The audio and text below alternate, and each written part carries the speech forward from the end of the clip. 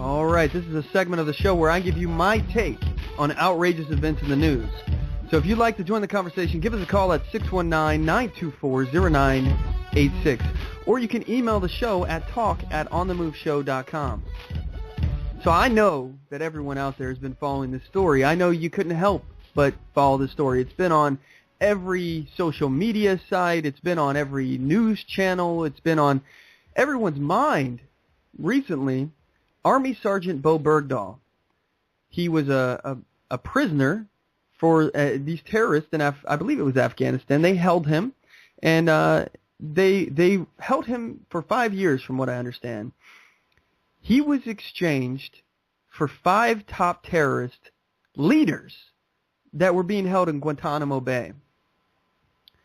You know, first of all, I would just like to point out the fact that I am not one to jump on bandwagons. I don't care if I go against the grain. It really doesn't bother me. So if you disagree with me, that's fine. You are entitled to your opinion, and, you know, more power to you. But I'm not one to jump onto the bandwagon, especially before all the facts are in. So, you know, to me, it seems pretty crazy that everyone on talk radio and news, they're all jumping on the bandwagon, calling Bowe Bergdahl a deserter or a traitor.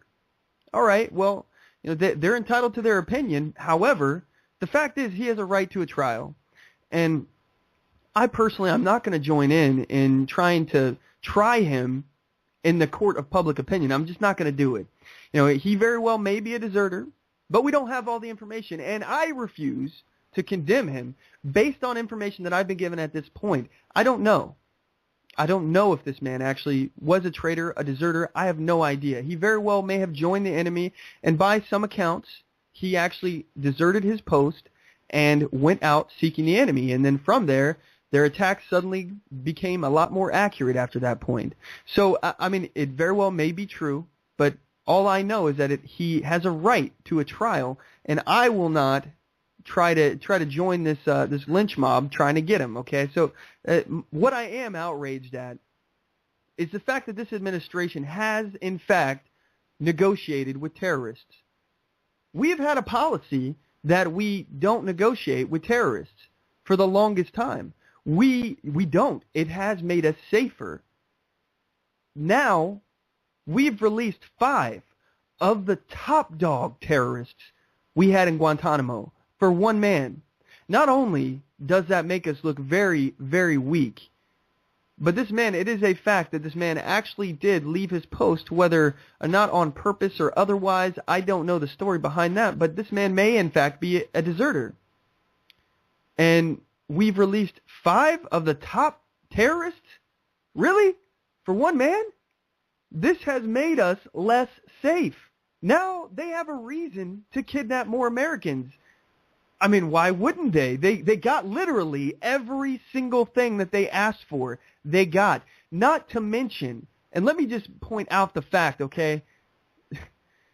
This is really, I'm very upset about this because in this culture, these terrorists face is a lot of, it means a lot to them, okay? So how you present yourself, strength and weakness, these kind of things are great for propaganda. We have given them the opportunity to make us look like we are bowing down to them. They flew in with a helicopter in a valley that was totally surrounded by these terrorists, and then we give up 5 for our 1. We're basically kissing the ring of these terrorists now. And don't think for one moment that this went unnoticed in these groups. I mean, this is going to be a recruitment tool. They're using this now to recruit new terrorists, more extremists. This has made us less safe. They are now going to kidnap more Americans to begin with because they'll get what they want. They've seen it. Now we'll negotiate. Hey, that policy's out the door there. That we will negotiate with terrorists now, apparently. So let me ask you one question here, and this is something I have to ask. You know, what about the people that died from these terrorists? I mean, they have already killed American lives. And then where's their justice? I mean, we're basically freeing murderers. So, I mean, we are freeing murderers. There's no question about it. But so what happens if the terrorists kill more Americans?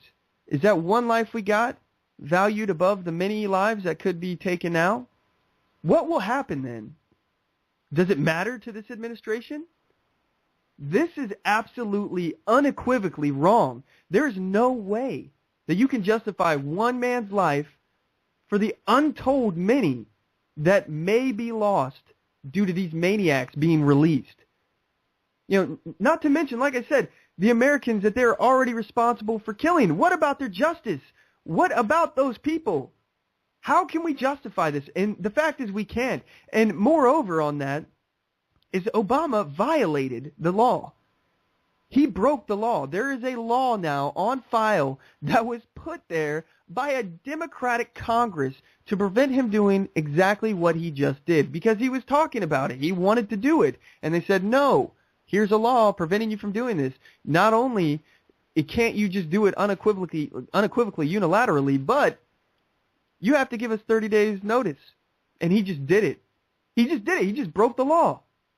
This is lawlessness. This is a president running amok right now, people. So where's the impeachment papers? Where's the articles of impeachment? Are they being filed right now? No, because there's no will to impeach. We got spineless people in our Congress right now. They're too worried about the upcoming November election. They're too worried about bringing the topic off of the issues. Obama's going to get away with this. These terrorists, they're going to kill again. That's on Obama. He's literally going to get away with murder. I cannot begin to fathom how Obama has managed to slip by this far with all the crap that he's done, all of the freaking scandals that are going on, and it seems like this administration can do whatever they want. There's no repercussions. No one will get arrested. Nobody even gets fired anymore. They just resign. You know, there's no criminal charges. This is a crime. He broke a law. We are a nation of laws, not a nation of men. And Obama needs to pay the price. That's just my opinion. But I think it's an opinion based on fact and law. You know, this is utter lawlessness, and it doesn't seem like we have any politicians that are willing to do anything about it. They lack the spine.